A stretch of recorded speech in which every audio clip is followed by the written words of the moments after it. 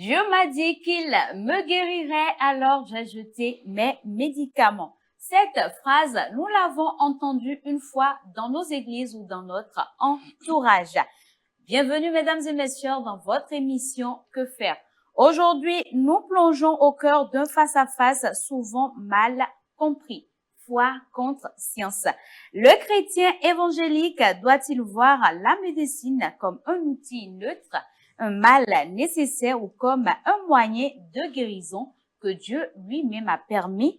Pour nous guider dans ce débat où la spiritualité rencontre les réalités de la médecine, j'ai l'honneur d'avoir deux serviteurs de Dieu avec moi que je vous invite à découvrir à tour de rôle.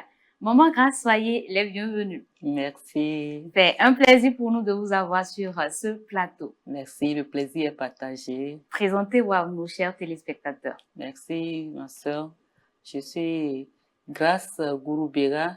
Je suis pasteur en service à Global Affle Mission pour le Seigneur. Merci d'avoir répondu présent à cette invitation. C'est moi. Pasteur Casimir, bienvenue à vous. Merci. C'est aussi un plaisir pour nous de vous avoir sur ce plateau. Un plaisir partagé. Présentez-vous à nos chers téléspectateurs. Je suis Tigbenou Casimir, pasteur sur l'église Mies de Craquet. Bienvenue à vous. Merci. Je l'ai annoncé tout à l'heure, on parle de la foi contre la science. Le chrétien évangélique doit-il voir la médecine et la science comme des outils neutres ou comme des moyens de guérison que Dieu lui-même a permis? Ma première question c'est, la foi et la science, est-ce qu'ils se complètent? Oui, la foi et la science se complètent. Je dirais même que la science vient confirmer la foi. D'accord. Oui, Qu'est-ce que la science? la science, bon, lorsque nous parlons de la science, c'est toute une connaissance qui peut être mise en exergue pour, dans chaque domaine. Par exemple, dans le domaine de la santé, on peut utiliser la science pour guérir. Donc, la science, c'est une connaissance qui nous aide à faire beaucoup de choses. Par la science, nous avons découvert beaucoup de choses. Donc, cette science vient confirmer la foi. Parce que lorsque nous parlons de la foi, on dit la foi, c'est la ferme assurance des choses qu'on espère, la démonstration des choses qu'on ne voit pas. Ce que nous ne voyons pas là. Par rapport à la santé, la science, lui, il vient expliquer ce qui se passe en réalité. Par exemple, quelqu'un qui est malade, comment nous allons savoir de quelle maladie il est en train de souffrir? Il nous faut nécessairement la science pour pouvoir savoir de quelle maladie la personne est en train de souffrir. D'accord. Merci. Maman Grâce, Oui, est-ce que la foi et la science se complètent? Oui, de prime abord, la science et la foi se complètent, c'est-à-dire sous un angle. La science et la foi sont vraiment complémentaires.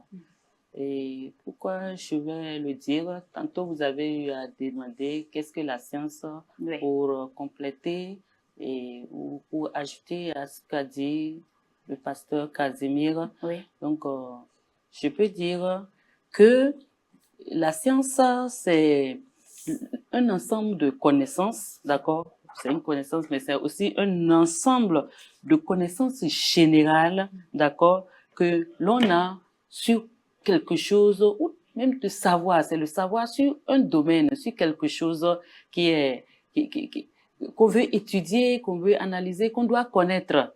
Donc, et la foi, quant à elle, c'est une assurance, ça c'est selon la Bible, une assurance de quelque chose qu'on espère, de ce qu'on n'a pas vu, mais on attend de voir. Donc, et la science et la foi, sous un angle donné, se complètent forcément. D'accord. Et quand on parle de rejet de la médecine, qu'est-ce que ça veut dire exactement? Rejet de la médecine, c'est vrai que on le constate de nos jours, où parfois des gens ont une sorte de foi tranchée, et je vais appeler ça une foi tranchée, que je ne condamne pas forcément, hein, d'accord? Et face à une situation, hein, comme un cas de maladie, quelqu'un peut dire, bon, Dieu m'a guéri, il m'a guéri. C'est vrai, Dieu guérit, hein, Dieu guérit. Bon, maintenant, quelqu'un peut dire que il y a rejet de la médecine quand on dit non, ici, là, on ne peut pas. Il y a même certaines religions qui Oui. carrément disent, si tu es avec Dieu, c'est fini, c'est Dieu qui te guérit, il fait tout et là, point barre, c'est Dieu qui doit te guérir. Bon, mais c'est Dieu qui a donné l'intelligence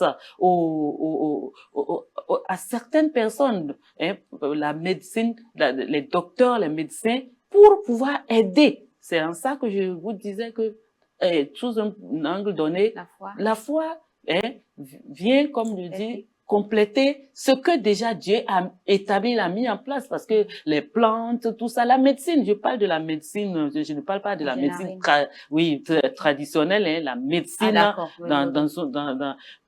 sans avoir à faire des incantations, des trucs comme ça, d'accord, sans ambiguïté, elle se complète forcément avec la foi. D'accord. Pasteur, quand on parle de rejet de la médecine, qu'est-ce que ça veut dire? En fait, lorsque les gens parlent du rejet de la médecine, c'est par rapport à l'expérience qu'ils ont vécue avec le Seigneur. Il y a d'autres, avant de venir au Seigneur, c'est peut-être pas une guérison miraculeuse. Et de ce fait, ils croient que c'est unilatéral, c'est seulement par le miracle que les guérisons s'opèrent. Alors que notre Dieu, c'est le Dieu qui a tout créé et il peut se servir de tout pour guérir. Donc c'est cette partie qu'ils ignorent et c'est ça qui les amène à rejeter la médecine. Et est-ce que la Bible nous encourage à n'utiliser que la prière ou est-ce qu'elle montre que des gens de foi utilisaient aussi des remèdes? Oui, les gens de foi ont utilisé des remèdes. Oui. Par exemple, Dieu avait donné instruction au prophète Ésaïe d'aller dire à Ézéchias qu'il allait mourir. Et un peu de temps après, il est revenu voir Ésaïe, il est revenu voir le roi Ézéchias pour lui dire qu'il ne va plus mourir. Donc ça veut dire qu'il a reçu instruction, c'est le Seigneur même qui lui a dit ça. Mais quand il a passé le message, dans la référence biblique, on a vu qu'il a utilisé la figue sur l'ulcère qui allait tuer ce roi-là. Et le roi est guéri. Mais c'était une parole venant du Seigneur. Donc le Seigneur n'a pas seulement utilisé la parole, mais a utilisé aussi des remèdes pour guérir son serviteur. D'accord. Maman Grâce, est-ce que la Bible nous encourage à n'utiliser que la prière ou notre foi, ou est-ce qu'elle montre des gens qui ont déjà utilisé des remèdes pour guérir d'une certaine maladie? Oui, la Bible ne nous dit pas seulement de n'utiliser que forcément la prière.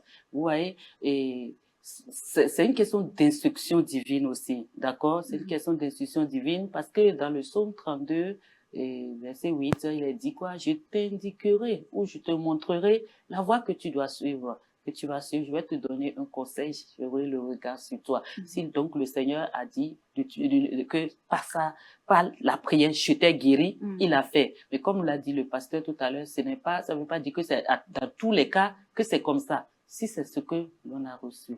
Maintenant, même déjà, les hommes de foi, ils ont utilisé, mais déjà ça a été établi ainsi que l'homme peut utiliser des remèdes. Pourquoi je le dis? Par exemple, dans le livre de Jacques, d'accord, tu parles de la Bible, il est dit quoi? quelqu'un parmi vous est-il malade? Qu'il appelle les anciens de l'Église et que les anciens prient pour lui en lui appliquant de l'huile au nom du Seigneur. D'accord? Vous savez ce que ça veut dire? L'huile, c'est comme un remède. C'est comme un remède. Donc là, nous voyons que il y a eu la prière, mais il est dit aussi en lui appliquant de l'huile. D'accord? C'est comme traiter déjà ce qui est là. Un autre cas, Jésus a donné une parabole, la parabole du bon samaritain. D'accord? Quand ce voyageur a été agressé, dans la Bible, il est dit, bon, les gens sont passés, mais quand le bon samaritain est venu, d'accord? Qu'est-ce qu'il a fait? Il s'est d'abord occupé de ce voyageur-là, avant maintenant de l'amener pour que l'on s'occupe de lui. C'était pour le soigner. C'est Jésus même qui a donné cette parabole. Ça veut dire quoi? Que la Bible, Dieu ne s'oppose pas au traitement, au remède. D'accord. Mais si Dieu peut tout faire, pasteur, Oui. pourquoi a-t-il donné l'intelligence de développer des hôpitaux, des traitements? Est-ce que cela ne revient pas à une puissance moins que ce qu'on nous a appris? Vous avez dit, si Dieu peut tout faire, ce que moi je vais dire là, oui, Dieu peut tout faire. Oui. Et tout ce qui se trouve sur la terre, c'est Dieu qui les a créés. Et il les a créés pour que ces choses-là puissent être des choses que nous, qui sommes humains, allons utiliser. Donc, la vertu que toutes ces choses contiennent là, ces vertus-là vont nous servir à quelque chose. Donc, cela montre aussi la puissance de Dieu. Ça ne veut pas dire que Dieu est impuissant. Vous voyez, c'est lui qui a mis cette puissance, ces vertus dans tout ce que nous voyons là. Vous voyez, pour que nous puissions les utiliser. Ça montre aussi que Dieu est le Tout-Puissant. Donc, dire qu'on ne va pas utiliser ces choses, bien dire que Dieu, s'il était le Tout-Puissant, qui avait toutes les forces, il allait nous guérir seulement par la prière. C'est tout comme si on n'a pas compris Dieu dans sa plénitude. Si on a la foi, on peut déplacer les montagnes, n'est-ce pas? Pourquoi, quand on a un petit palu, on ne peut pas se dire que, voilà, Dieu peut me guérir de ce palu-là, avoir cette foi et ne pas prendre de comprimés? Vous savez, la foi, ce n'est pas être stupide. D'accord? La foi, ce n'est pas être stupide. Si Dieu, comme l'avait dit tantôt le pasteur, si Dieu il est tout puissant, oui. Moi je dis, il est tout puissant, d'accord, mais s'il permet des découvertes, d'accord, dans le domaine de la science médicale, c'est pour montrer, c'est-à-dire Dieu, il aime interagir avec l'homme. Quand il nous a créés là, dans la Bible toujours, il nous a dit quoi? Que nous sommes des dieux. Nous sommes des petits dieux. Maintenant, dans la Genèse, quand il nous a créés, il a dit multipliez, remplissez la terre et assujettissez-la. C'est-à-dire, c'est ce que, et il aime voir l'homme devenir comme lui. D'accord? Donc, chaque fois que dans la science, on découvre quelque chose, il est content. Parce que sur chaque chose qu'il a eu à créer, d'accord, il a mis une vertu. Et c'est pendant qu'on n'a pas découvert là qu'on se débat. Parce que tout ce qu'il a créé, il disait que c'est bon. Il a dit que c'est bon. Donc, chaque fois qu'il crée, il met à disposition. Donc, faut pas, dans une stupidité, mourir. Je ne dis pas de laisser la foi de côté. Moi, je suis une femme de foi. Je sais aussi que Dieu, quand il a dit, il a guéri, il a guéri. D'accord? Il est le Dieu des miracles. Mais quand il a mis quelque chose à disposition, comme vous le dites, par rapport au palu, faut pas attendre quand même qu'il vienne encore s'occuper du palu.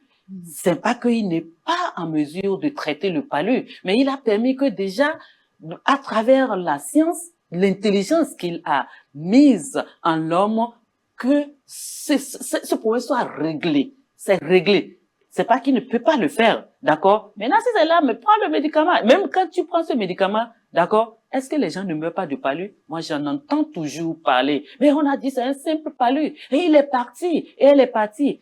Quand tu prends même ce médicament anti-malarial, anti-palu, si tu n'as pas une petite dose de foi, Donc là, c'est là que vient la complémentarité. Si tu n'as pas une petite dose de foi, c'est-à-dire si jamais le spirituel s'y mêlait, tu es parti, hein. Mais si déjà pas ta foi, tu te dis, je suis guéri à travers ce médicament, Dieu déjà voit que c'est ta foi qui te fait, c'est pas le médicament qui va te guérir, mais c'est la foi que tu as même placée déjà en ce médicament. Tu penses que le médicament là peut être utile, qui guérit. D'accord. Pasteur, où se trouve la ligne entre une foi super forte et le fait de tenter Dieu en le forçant à faire un miracle alors qu'on pourrait s'aider autrement? En fait, vous savez, nous ne pouvons pas forcer la main à Dieu. Dieu, il est le Dieu souverain. Lui, il connaît tout. Il peut tout décider. Il connaît la fin d'une chose avant son commencement. Vous voyez? Maintenant, ce qui arrive à l'humain pense que tout ce qu'il demande à Dieu, Dieu est obligé de le faire. Alors que la souveraineté de Dieu, Dieu connaît demain. Nous, on ne sait pas ce qui va se passer demain. Si nous prenons le cas d'Ézéchias, lui, il avait pleuré. Il pleurnichait, oh Dieu, j'ai fait ci, sauve-moi. Dieu lui a dit, ok, je t'accorde 15 ans. Mais les 15 ans, qu'est-ce qu'il a fait de ça? Il a bouleversé tout. Vous voyez? Donc, Dieu voyait déjà ce qui allait se passer. Mais lui, Ézéchias, en tant que roi, il ne voyait pas ça. Donc, c'est ce qui arrive à nous tous qui sommes humains. Oh Dieu, il faut faire ça. Si tu ne fais pas ça, les gens vont croire que tu n'es pas Dieu. Ouais. On le dit tout le temps. Oui. Alors qu'il est souverain, il connaît tout. Donc, c'est à cela que nous allons appeler tout le monde de revenir, de savoir que Dieu est souverain. Il fait ce qui est juste au bon moment. C'est ce que nous devons accepter en tant que chrétiens. D'accord. Maman Grâce, je vous retourne la même question. Où se trouve la ligne entre une foi super forte et le fait de tenter Dieu en le forçant à faire un miracle alors qu'on pourrait le régler autrement? D'ores et déjà, je veux vous dire que on ne doit pas tenter Dieu. D'accord? Il ne nous est pas permis de tenter Dieu. Donc, le fait de placer sa foi en Dieu n'est pas une question de tentation. D'accord? Mais c'est ça, j'avais dit tantôt, c'est une question d'instruction. Quand tu viens à Dieu, il faut l'écouter. C'est-à-dire, il faut l'écouter et suivre l'instruction qu'il te donne. Si il a dit, je t'ai guéri, et que ta foi le porte, et que tu es vraiment sûr, tu es certain que tu as entendu de Dieu, s'il a dit qu'il t'a guéri, il t'a guéri. D'accord. Mais, si tu n'es pas sûr d'avoir entendu Dieu là, il vaut mieux te référer à ce qu'il a déjà mis, c'est-à-dire c'est comme des éléments de base, ce qu'il a déjà mis en place pour venir subvenir à ta faible foi. À ta faible foi. D'accord. Qu'est-ce qui pousse un chrétien dans ce cas à dire non à un médicament qui marche bien? Ce qu'on constate aujourd'hui. Donc, je suis toujours dans la même logique. C'est toujours... La stupidité. Oui, c'est la stupidité quand tu n'as pas entendu de Dieu, quand tu n'as pas reçu l'instruction de Dieu et que c'est de ton chien, tu t'es laissé parce que l'homme, l'être humain est tripartite. Donc, le côté spirituel, il est réel. Le côté spirituel est réel. Nous n'allons pas mettre ça de côté. D'accord? Le côté spirituel est très réel. Parce que même un simple palu, c'est-à-dire peut être une attaque. Vous allez voir dans ce cas que tu vas traiter ce palu-là. Ça ne va jamais finir. Donc, dans ce cas d'espèce, c'est à Dieu tu vas te référer.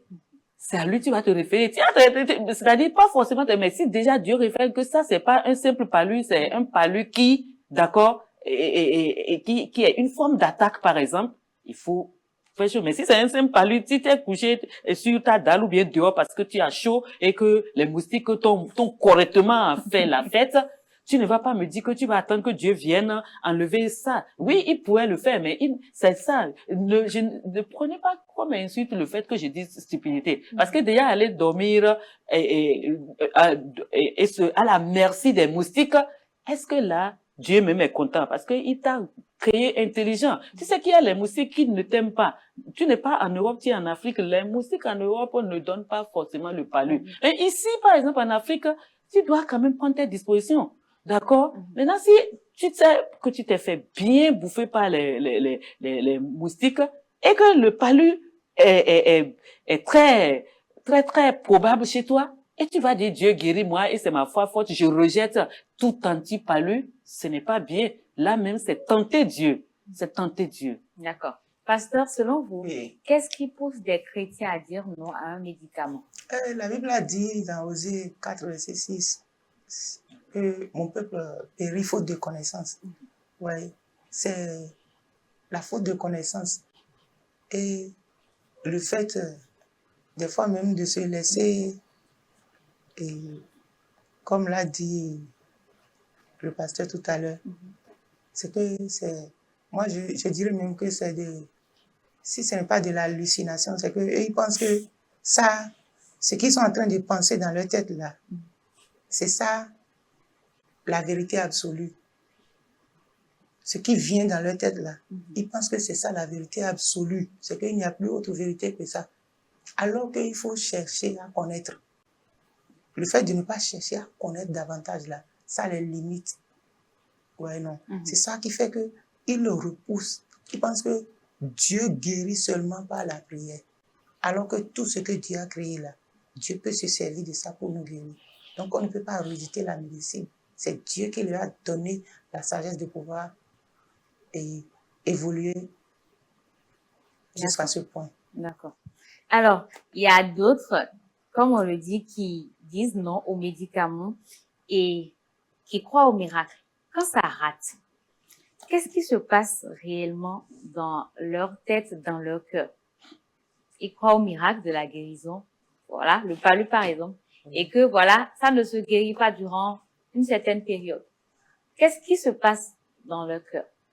Vous savez, la guérison, lorsque nous parlons de la guérison, la médecine soigne, traite, ouais, mais c'est Dieu qui guérit au fait.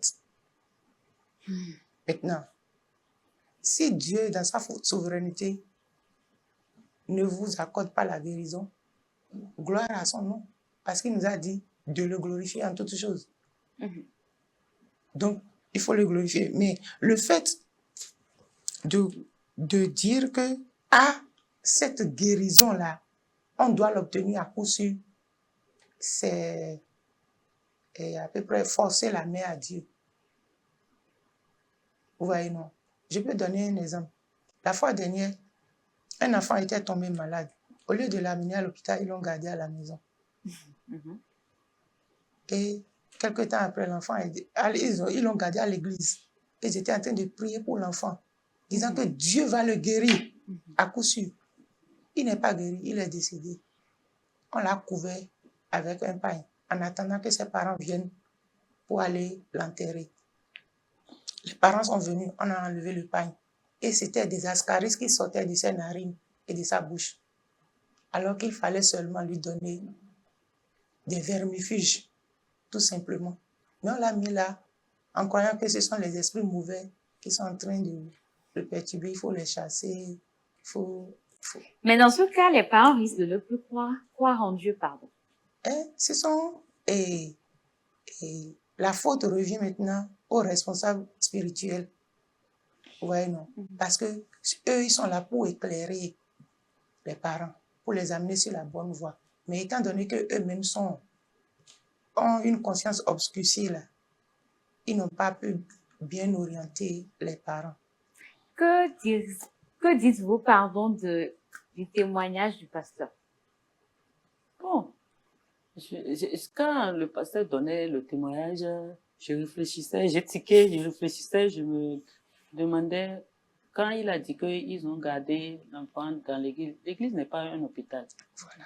D'accord? Je me suis demandé, mais l'église, c'est un hôpital. Oui, c'est un hôpital spirituel. Mais il parle maintenant de verre. Moi, je me suis dit, ou bien parfois, c'est le manque de moyens qui fait que les gens viennent et se réfugier aussi à l'église pour dire, Dieu, c'est toi seul qui va guérir, je n'ai pas moyen pour aller à l'hôpital. C'est peut-être ça. Sinon, quand même, comme on l'a dit, ça se complète. C'est-à-dire, normalement, la médecine vient aider, d'accord? Par exemple, l'homme spirituel, une église, d'accord, où on pratique, ou c'est-à-dire Dieu guérit là, souvent, en tout cas, chez nous, par exemple, il y a toujours un médecin à côté, hein. Il y a un médecin à côté pour éclairer l'homme de Dieu par rapport à ce qu'est la maladie même, en fait. C'est-à-dire, c'est ce que même l'homme de Dieu a compris de la maladie. C'est ça, si un démon s'y est attaché là, c'est ça qui va chasser. Et si, par exemple, est-ce que vous avez fait des scanners? Est-ce que vous êtes allé à l'hôpital? Est-ce que vous avez fait ci? Est-ce que vous avez fait des radios? Qu'est-ce que les médecins ont dit? Ça, c'est des questions que moi, j'entends tout le temps. Et là, l'homme de Dieu a une vue claire sur ce qui est à attaquer maintenant du point de vue spirituel. Voilà. Parce que, effectivement, en matière de maladie, il y a la maladie spirituelle. Maintenant, souvent, le diable, il est subtil. Il est très subtil. Il est très rusé. Donc, il profite souvent des petites portes de maladies ouvertes là pour frapper, pour rentrer et frapper. Mais déjà, la petite porte qui est ouverte naturellement là, autant que possible, si c'est possible, il faut la soigner. D'accord. Et puis les médecins, c'est-à-dire la science vient pour étayer, pour éclairer, pour appuyer et ce que l'homme de Dieu va faire. C'est plus facile quand l'homme de Dieu a des résultats de l'hôpital pour prier et avoir le résultat de la part de Dieu. D'accord. Pasteur, vous avez quelque chose à y ajouter? Oui. Vous voyez, lorsque nous prions pour quelqu'un et on dit que la personne est guérie, comment on saura de quelle maladie la personne est guérie? Il faut d'abord faire des analyses, des bilans pour savoir, oui, il souffrait de telle maladie. Maintenant, on a prié pour lui. Après la prière, on a repris le bilan, on n'a plus ce qu'on avait. Donc, ça veut dire que Dieu agit. Vous voyez? Donc, la médecine, la science vient confirmer ce que nous avons déclaré par la prière. Mais le fait de dire non, on ne veut pas aller de ce côté-là, c'est pas bon. Et madame avait abordé un sujet là. La pauvreté. Oui. Ça fait que les gens se réfugient dans ce dans quoi ils ne doivent pas se réfugier. On vient se cacher à l'église croyant que oh, Dieu peut tout faire. Alors qu'on pouvait tout simplement aller au centre de santé, voir ce qui ne va pas. Vous voyez, non? Donc, ce côté-là aussi, vraiment, Dieu nous vienne en aide. Amen. Dans ce cas, quel est le rôle des leaders religieux? En fait, de mon côté, si je reçois quelqu'un qui est malade, la première des choses que moi je fais, si je finis de prier pour lui, je l'oriente directement vers un centre de santé. C'est régulièrement ce que je fais. Des fois, ils ont dit, oh pasteur, je n'ai pas les moyens. Moi-même, je sors de l'argent pour pouvoir faire les premiers soins. Vous voyez, non? C'est d'abord au centre de santé que je les oriente. Voilà. D'accord. Ce que moi je fais. Qu'en est-il du rôle des leaders religieux? Oui, je l'avais dit tantôt. Et le leader religieux, quand quelqu'un vient et est malade, la moindre des choses, en tout cas, ce que j'entends dire, d'accord, ce que je vois faire, c'est est-ce que vous êtes allé à l'hôpital? D'accord?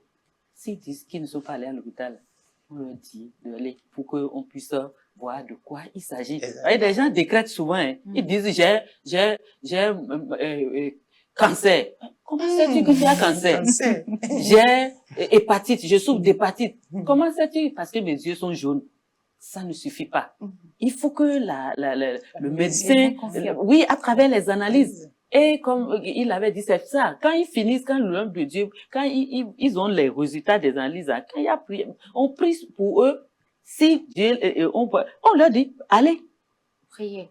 Oui, priez, mais allez maintenant encore, reprenez les analyses pour qu'on voit et on vient confirmer. C'est là qu'on peut dire, oui, Dieu m'a guéri. Vous voyez? D'accord. Voilà. Merci beaucoup. Petit à petit, nous entrons dans la deuxième partie de notre émission Que faire? Je vous invite à suivre avec attention l'histoire du jour. Bonsoir chers téléspectateurs, bonsoir chères téléspectatrices. Moi, c'est Théophile. Je suis un chrétien. Je suis impliqué dans beaucoup de choses dans l'église. Je suis un croyant fervent. J'ai une femme appelée Sarah. Elle est aussi croyante et on a une fille unique. Dieu nous a donné une fille unique, âgée de 15 ans. Il fut un jour où notre fille est tombée malade. Nous sommes allés à l'hôpital faire le diagnostic et ils ont constaté que elle souffrait de cancer. Suite à ça, les médecins ont dit qu'elle doit subir une opération chirurgicale, chimiothérapie. Sur ce plan, on a réfléchi et tout. Les médecins ont dit qu'on devrait faire l'opération à temps, très vite. Et là, que notre fille aurait une chance de s'en sortir. Nous sommes retournés à la maison, on s'est concerté et on a réfléchi, on s'est dit qu'on va le faire. Ok, donc je me suis endormi la nuit et j'ai eu une révélation où Dieu me montrait que ma fille serait guérie de ce cancer-là. J'ai eu une vision claire et j'ai eu la confirmation par la voix, une voix audible dans mon sommeil. À mon réveil, j'ai appelé ma femme Sarah, je lui ai raconté ce que j'ai vu dans mon sommeil. Et à ma grande surprise, Sarah me dit, Niette, que nous ne devons pas parler de foi, que la foi n'est pas une folie, que quand je commence par parler de foi là, que c'est autre chose, qu'on ne va pas parler de foi ici, que c'est ce que les médecins ont dit là, que nous allons faire simplement pour nous en sortir. Alors que j'ai eu la confirmation, j'avais eu cette voix-là qui me disait que la fille allait se guérir. Donc, dans ces échanges, Sarah me dit que si jamais je disais ça, je commençais par raconter ça, et puis notre fille succombait, que j'allais endosser la responsabilité, que en son temps-là, je ne la reconnaîtrais pas en tant que femme, que ça va beaucoup me chauffer. Troublé, tourmenté et tout, j'ai toujours cru au miracle. Et j'en ai assisté beaucoup de miracles. Et Dieu a guéri beaucoup de personnes. Et j'ai eu la confirmation que Dieu voulait guérir ma fille. Et cette guérison allait amener beaucoup de personnes à se convertir certainement, comme d'habitude. Mais voilà, je suis confronté à cette situation où ma femme me dit que si jamais on fait l'erreur là, que je vais endosser les responsabilités. Et dans ce sillage, je suis troublé, je suis bouleversé et je ne sais plus quoi faire. C'est pourquoi à cet instant, je suis venu poser mon histoire à la télé pour avoir des conseils des hommes de Dieu, de l'animatrice et tout le monde pour pouvoir m'en sortir. Que faire? C'est l'histoire de notre frère et tout comme nous sur ce plateau, vous avez suivi l'histoire du jour. Chers invités, vous avez suivi l'histoire du jour. Mais avant d'aborder l'histoire du jour, j'ai une préoccupation. Le verset Jacques 5, verset 14 à 15 dit, « Quelqu'un parmi vous est-il malade, qu'il appelle les anciens de l'Église et que les anciens prient pour lui en loignant d'huile au nom du Seigneur. La prière de la foi sauvera le malade et le Seigneur le relèvera et s'il a commis des péchés, il lui sera pardonné. » Vraiment grâce. Je voudrais savoir si en ce moment, il n'y avait pas de médecin ou de traitement aux maladies. Si, il y avait de médecins, il y a de traitements. C'est-à-dire, la Bible, ailleurs, vous allez voir, la Bible a tout dit. Hein. Ce n'est pas parce que ce verset-là dit ça. J'y avais fait référence tout à l'heure. Oui, justement, c'est pour ça que déjà, même, je dis que même déjà, quand la Bible, à travers ce verset, nous parle d'huile d'onction là, quand on prend l'huile, à part l'aspect spirituel là, c'est comme déjà aussi un traitement, d'accord? C'est ouvert. C'est ouvert. Il y avait de la médecine. Mais ça, c'est le rôle des anciens que la Bible est en train de ressortir ici. Ce que eux, ils viendront faire. Maintenant, comme on l'avait dit là, c'est à eux devant le cas, de vous dire ce que le Seigneur leur dit de dire. Tout à l'heure, je vais vous donner un exemple aussi. D'accord. Ça va être difficile. Pasteur, qu'est-ce qu'on doit comprendre de ce verset ou de ces versets? Ok, vous étiez en train de demander si à l'époque il n'y avait pas la médecine. Oui. Mais celui qui a rédigé le livre de Luc, c'était un médecin. Ok. Donc, ça veut dire qu'à l'époque, il y avait aussi des médecins. Même bien avant les chrétiennes, il y avait aussi la médecine, bien avant les chrétiennes. Ok, ici, lorsque nous parlons de l'huile, tout à l'heure, j'avais dit que la guérison émane de Dieu. Oui. Tout ce que nous faisons là, ce sont des plantes, ces plantes que nous utilisons, Dieu a mis certaines vertus dans ces plantes et nous pouvons nous en servir. Dans l'huile, Dieu a mis quelque chose qui peut servir à notre santé. Oui. Ouais, non. Donc, le fait de l'appliquer ne veut pas dire que la guérison se trouve, la guérison dont nous parlons là, ce ne trouve pas, c'est pas l'onction même là, l'huile qui détient la guérison, c'est Dieu même. Nous appliquons l'huile, mais l'onction de la guérison là émane de Dieu. Ouais, non, c'est Dieu même qui guérit. Donc, utiliser l'huile là, l'huile aussi peut avoir ses vertus. D'accord. Ouais, non. Oui. Ok. Maman Grâce, que pensez-vous de l'histoire du jour? Merci. Cette histoire, je l'ai écoutée avec vraiment attention, je l'ai suivie avec attention et elle m'a systématiquement rappelé une histoire que j'ai vécue moi-même, un témoignage. Oui.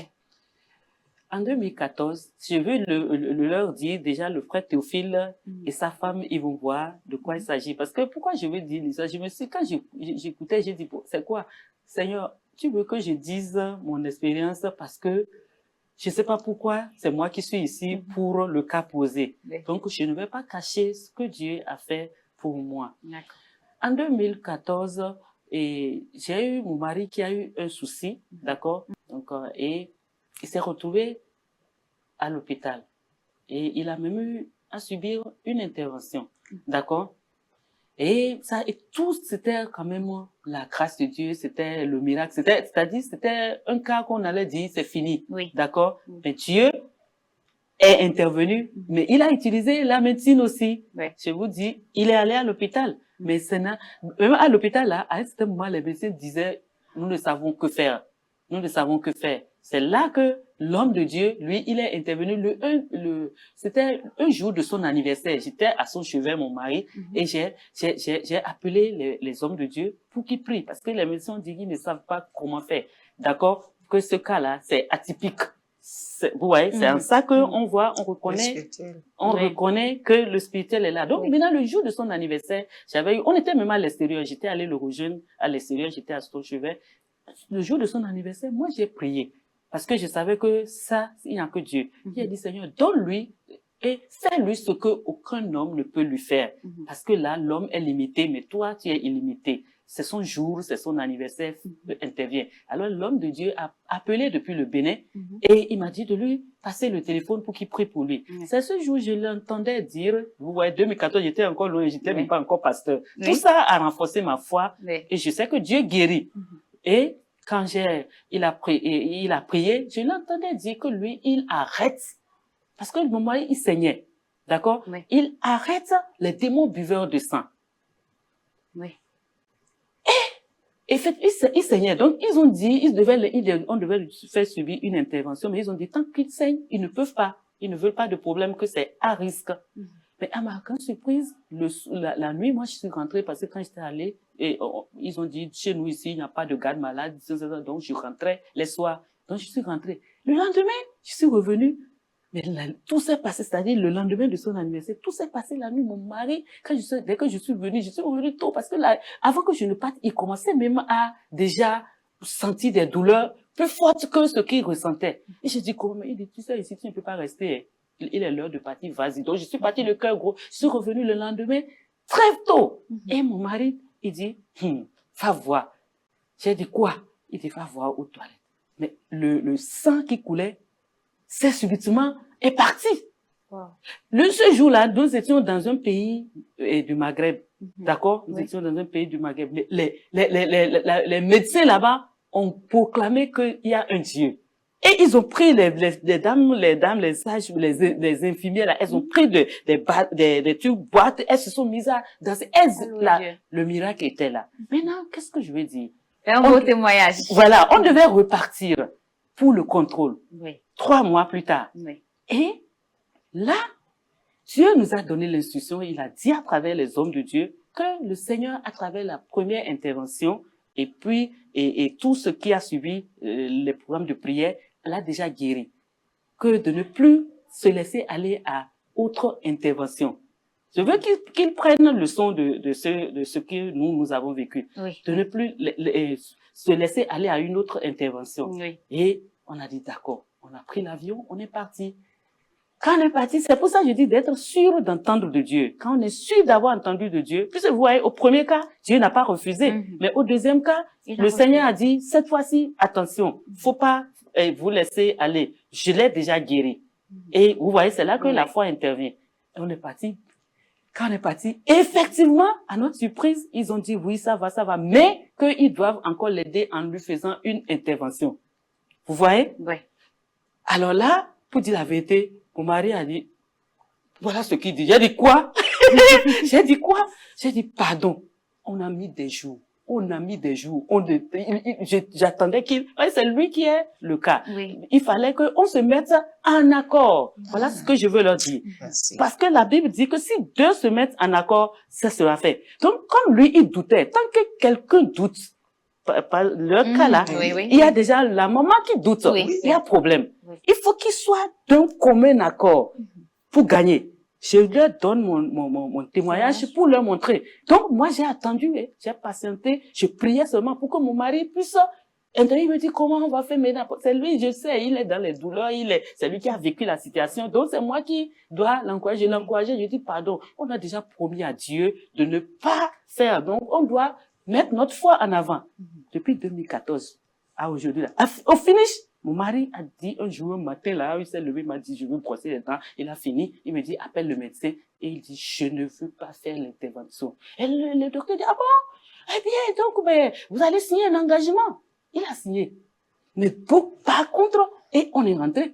Il est toujours vu. Et bien pourtant, c'est-à-dire, aujourd'hui, je ne pourrais même pas dire que mon mari est même tombé malade. Ça, c'est la grâce de Dieu et c'est la foi. Par contre, il y a une autre personne qui est allée dans le même pays.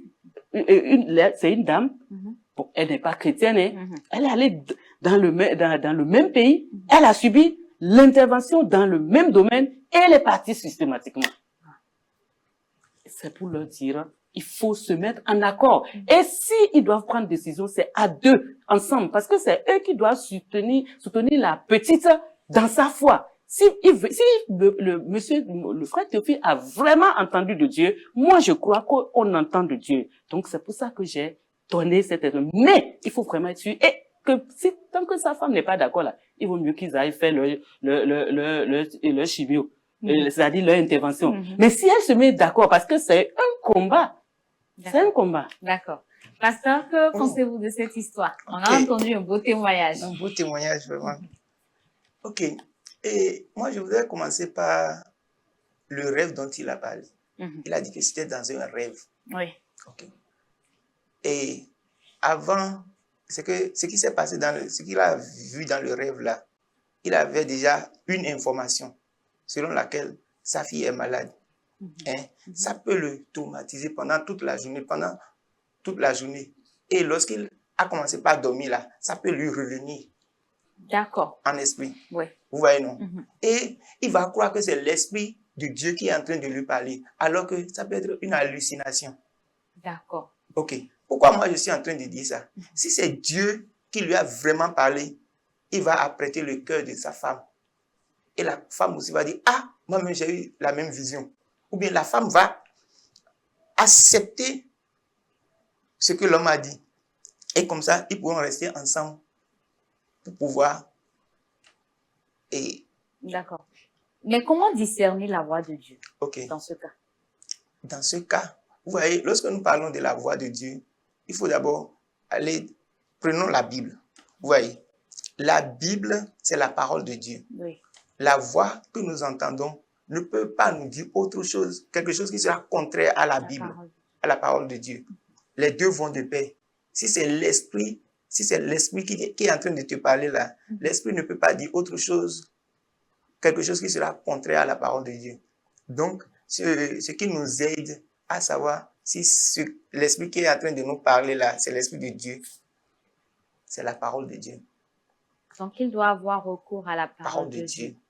Maintenant, et il ne faut pas tenir compte d'une seule référence biblique pour dire, oh, dans cette référence, j'ai eu ceci. Donc, ça veut dire que et ça marche. Vous voyez, non? Oui. Et si nous prenons le cas de Marie, Dieu lui a parlé par rapport à la grossesse de Jésus. Oui. Mais vous voyez que ce même Dieu qui lui a parlé a déjà apprêté Joseph. Et ensemble, ils ont épousé la vision là. Et c'est devenu une grande chose aujourd'hui. Donc, si lui, sa femme s'oppose déjà à sa vision, ça veut dire que on va douter de est-ce que ce n'est pas une hallucination? Parce que ce que lui désire là, c'est la guérison de sa fille. Et ce qui peut lui venir à l'esprit, c'est la guérison de ta fille. Ouais, non. Donc ça peut le tourmenter, il va croire que c'est l'esprit de Dieu qui est en train de lui parler. Maintenant, la médecine dont nous parlons là, est-ce que Dieu ne peut pas passer par cette médecine pour guérir la fille? Étant donné qu'il est le Dieu suprême, qui a tout créé et qui peut se servir de tout. Ne peut pas, ce Dieu-là ne peut pas utiliser la médecine pour guérir la fille. Dieu peut le faire. Mais le fait de dire que c'est quelque chose qui peut lui amener d'autres maladies, de ne pas. Donc ça veut dire que lui-même, dans son fort intérieur là, il a quelques doutes par rapport à la chimiothérapie là. Et c'est ces doutes-là qui sont en train de lui revenir à l'esprit. Et il serait en train de croire que c'est Dieu qui est en train de lui parler. D'accord. Maman Grace, cette voix qu'il a entendue ne pourrait-elle pas être une ruse du diable? Bien sûr, ça peut bien être, c'est ce que le pasteur disait. Il y a plusieurs sources de rêves, d'accord? Et il a mis l'accent sur une source. Le rêve, il peut être divin, mais il peut survenir de nos préoccupations, d'accord? Et il peut survenir du diable, d'accord? C'est ça, il y a les trois sources donc il faut qu'il discerne. Et comment doit-il faire? Ah oui, il faut qu'il aille devant Dieu pour confirmer. Pour qu'il confirme. Et là, quand vous avez dit comment discerner la voix de Dieu, c'est pas le jour là seul qu'il doit être sûr qu'il a entendu Dieu. Il faut qu'il ait la parole de Dieu, d'accord, c'est bon, mais il faut qu'il ait l'habitude de reconnaître, d'entendre cette voix. Le Saint-Esprit, d'accord? S'il est habitué et il est sûr que c'est de Dieu, c'est ça j'avais dit, c'est de Dieu vraiment, il a entendu, ce n'est pas ce jour-là que ça peut commencer, mais si c'est le jour-là, ça a commencé, il faut qu'il confirme. Il faut qu'il confirme. D'accord.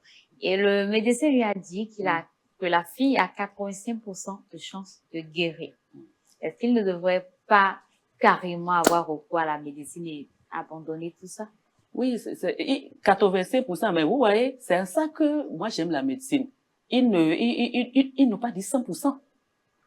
Or, le diable, si c'est spirituel, d'accord, le diable n'a pas besoin de plus que 5% pour faire partir la fille. Même si c'est 85%, c'est-à-dire même si la fille partait au moment de l'intervention ou pendant le traitement, ils vont vous dire, maintenant il faut signer les fiches de consentement, d'engagement. Je consens que si jamais il y a quelque chose, vous voyez, c'est là que on doit prendre en compte le spirituel. Donc 85% là, même 5% suffisent pour faire partir, pour faire trépasser. Vous voyez, non? D'accord. Quel conseil avez-vous à l'endroit du couple, pasteur? Ce que je vais leur demander, c'est de vivre une vie de couple. Et qu'il y ait de l'harmonie au milieu d'eux. Sans ça, ils ne pourront pas aller loin. Il leur faut vivre ensemble, Et la femme ne doit pas avoir une pensée qui s'oppose à celle de son mari. Vous voyez? Voilà.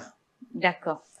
Maman Grace, quel conseil avez-vous à l'endroit de ce couple? Oui, je veux leur dire au frère Théophile et à son épouse de se mettre en accord. Parce que la Bible a déjà dit que si deux se mettent en accord pour demander quelque chose, ils vont recevoir ça. Combien, à plus forte raison, un couple, c'est-à-dire c'est devant leur fille, hein, et ils ont bien dit fille unique, d'accord? S'ils ne se mettent pas en accord, hein, c'est-à-dire se souder les mains. Moi, je leur donnais mon témoignage, d'accord? Moi, j'étais la femme et je dois me soumettre. C'est-à-dire chacun n'a qu'à jouer son rôle dans cette affaire-là, d'accord? J'étais obligée de me soumettre parce que c'est pas moi qui, je ne l'ai pas forcé mais je priais pour lui. Vous voyez, je priais. Donc, il faut que monsieur Théophile, si c'est lui, parce que dans un couple, il y a l'ennemi utilise souvent le plus faible. D'accord? Il y a quelqu'un qui est là et qui veut raisonner à 100%. D'accord? Et un autre est là et qui veut être spirituel. Donc, il faut se mettre en accord et s'équilibrer. Et le mari va jouer son rôle, la femme aussi. Mais s'ils sont en accord et que ça vient de Dieu, c'est que Dieu l'a guéri. Mais s'ils ne sont pas en accord, il vaut mieux qu'ils aillent à leur traitement avec tout ce que cela peut donner. Mais le Seigneur peut utiliser la médecine pour la guérir, mais c'est 85%. D'accord. Quel conseil avez-vous à l'endroit de ceux-là qui disent directement non aux médicaments? S'ils disent non directement aux médicaments, alors qu'ils disent oui à 100% à Dieu. Sans faille. Sans faille, je dis. Parce que quand ils ont dit non aux médicaments, là, l'ennemi est là, il a entendu. C'est là, il va vouloir leur montrer qu'ils sont dans l'erreur. Donc, il faut qu'ils soient tout le temps en train d'écouter Dieu, d'entendre Dieu. Ce n'est pas toujours aussi évident que cela. Parce qu'on est des êtres humains et il y a le quotidien qui fait que, quand même, on fait comme ça. D'accord? Donc, on dit non systématiquement aux médicaments et carrément, je ne sais pas. Il faut donc dire oui à 100% ou 200% à la foi et à Dieu. Merci beaucoup. Et vous, pasteur? Okay. Lorsque quelqu'un dit non de façon catégorique aux médicaments, moi, je vais lui conseiller de ne pas aller sur cet angle-là. Pourquoi? Parce que si une maladie est diabolique, parce que des maladies peuvent être de source diabolique, lorsque vous utilisez les médicaments et la personne n'est pas guérie, comme ça, vous saurez que, cette maladie-là, on a déjà fait le bilan et on sait que c'est cette maladie. Maintenant, le médicament qu'il lui faut, on est en train d'utiliser, mais ça ne marche pas. Ça veut dire qu'elle est de source diabolique. Donc, si quelqu'un dit non au médicament, il ne saura pas la source de sa maladie. D'accord. Merci beaucoup. Nous arrivons au terme de notre émission. Chers invités, merci beaucoup pour ces précieux conseils. Et à vous, chers téléspectateurs, nous vous disons également merci. Ce qu'il faut retenir aujourd'hui, c'est que la foi ne consiste pas à ignorer la réalité, mais à placer sa confiance en Dieu au-dessus de tout. Théophile et vous tous qui nous écoutez et qui nous suivez, actuellement, rappelez-vous que Dieu est l'auteur de toute intelligence. On se retrouve très prochainement pour un nouveau numéro de votre émission.